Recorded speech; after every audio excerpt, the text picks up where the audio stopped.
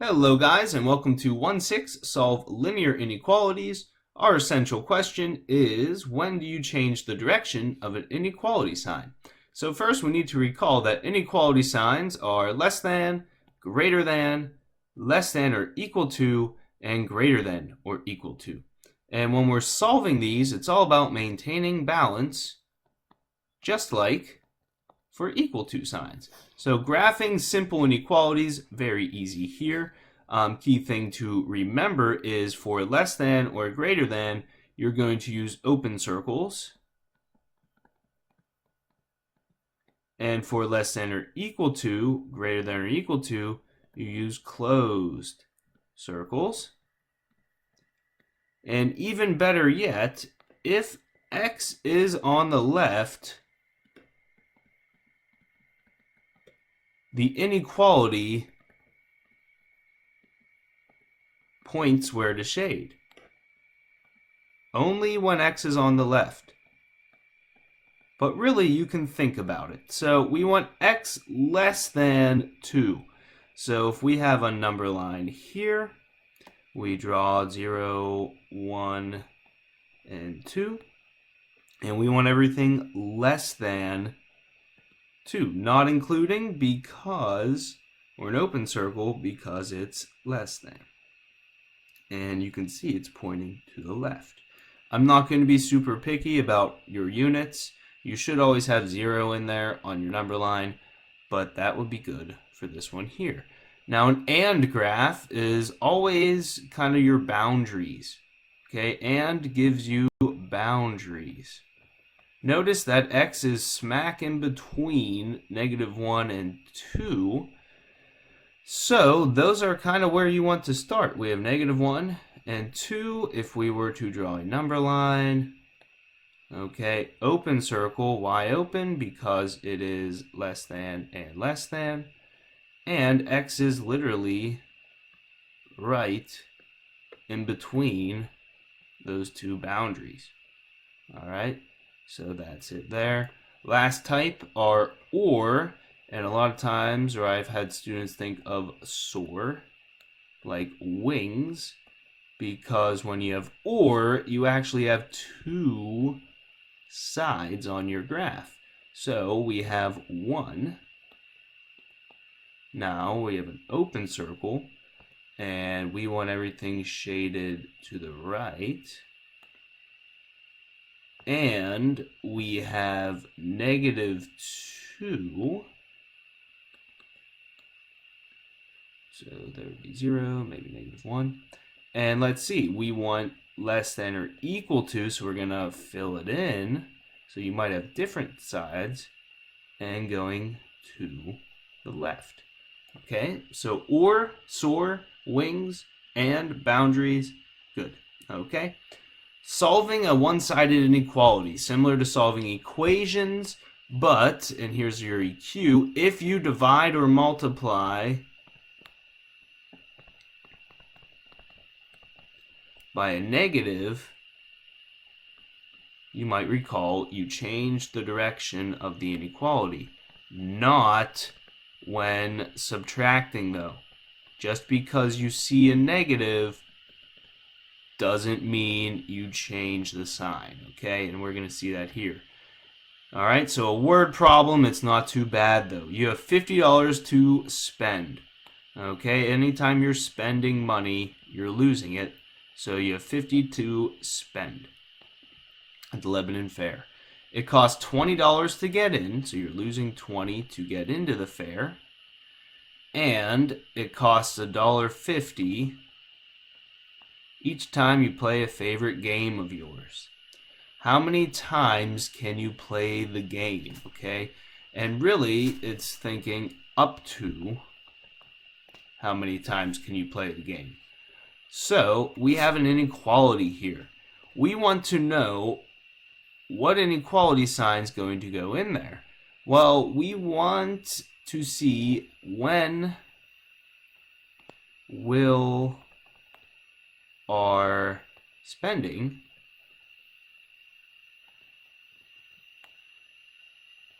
be greater than or equal to how much we have. So this is we have to spend, and this is how much we are spending. Have to spend, spending. But really, it's all about this here. So negative 50, we want to know when it's less than or equal to how much we are spending. And really, this is where the money's at. If you're having trouble setting up the word problems, we'll work on those for sure. But you want to pretend like this is just an equal to sign. So what would you do? You would add 20. You'd add 20. Leaving you with negative 30. Less than or equal to negative 150. G is your number of games. If that were an equal to sign, you'd say, well, we'll divide by $1.50. And here is the big takeaway. When you divide by a negative,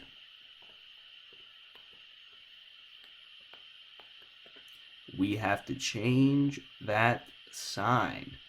All right, so we change it to greater than or equal to. You get 20 is greater than or equal to the number of games. And always check to see, does your answer make sense? So a little light bulb. Does it make sense? Okay, we can play under 20 games. So if you're having trouble finding out what inequality sign to use, don't worry, because at the end, just check to see, does it make sense? Well, if we play 21 games, you would be spending over your $50. So we can play under 20 games. The key thing is when you divide by a negative, you change the sign. Level 3, solve a two-sided inequality. So we're going to solve and graph. The main idea here is you want x on one side, just like solving regular, preferably the left. Prefer the left because that makes it easy to graph, and we're all about easy here. So 5x plus 2 is greater than 7x minus 4. You're going to subtract 7x. Leaves you with negative 2x. Negative 4. Now I subtracted, so I don't change the sign. It's just subtraction. Now we're going to, again, subtract 2.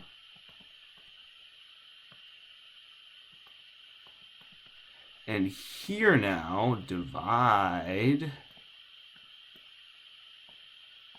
We're dividing by a negative. So what do you need to do? You need to change the sign. So x is greater than, or actually less than, sorry, 3. So we changed the sign. X is now positive, and this makes it really easy for us to graph. We just have 3, and we want everything to the left. Now, if you solve the other direction, it's fine. If you have x is on the other side, that's okay, but this makes it easier to graph. P5, you're going to try on your own. Solve and graph. Negative 4 is 6x minus 10 less than or equal to 14. This is an and notice again, this is in between. So your graph at the end should have something in between. Now this problem here is really a 2-for-1 deal because we need to operate on both sides. A double operation. So negative 4 is less than 6x minus 10 is less than 14. You're going to, again, pretend it were an equal to sign on both sides. You would add 10 to each side. Leaves us with 24. Same rules apply for adding and subtracting. and division and multiplication less than 6. Divide by positive 6,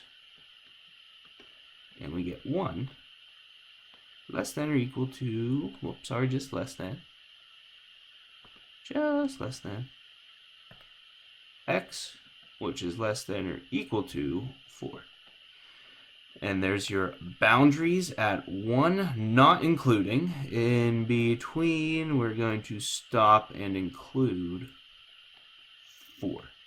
All right, P6, you should certainly be able to handle. And lastly, we have an or, which, if you recall, means we're going to have wings for soaring. And really, these are just 2 problems written out for you. 3x plus 5 is less than or equal to 11. And 5x minus 7 greater than or equal to 23. Pretend it was an equal to sign. Pretend. Divide by 3, divide by 3. X is less than or equal to 2. Why didn't I change the sign? Well, because I divided by positive. Okay. And over here, add 7, 30, less than or equal to 5x, divided by 5.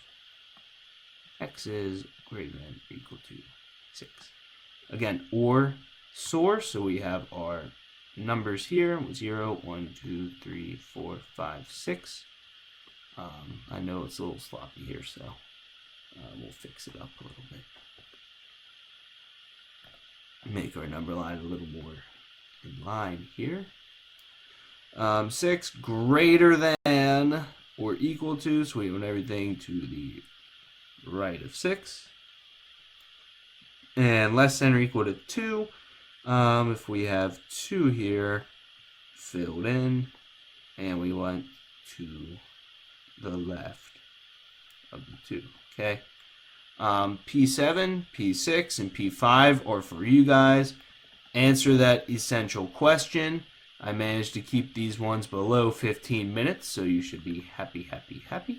If I went a little too fast, go back through, rewatch, solve the EQ, and bring P5, P6, and try P7. But again, if you're getting frustrated, that's for you to bring to class. Don't worry about it, but there's the basics. All right, awesome stuff, and see you tomorrow.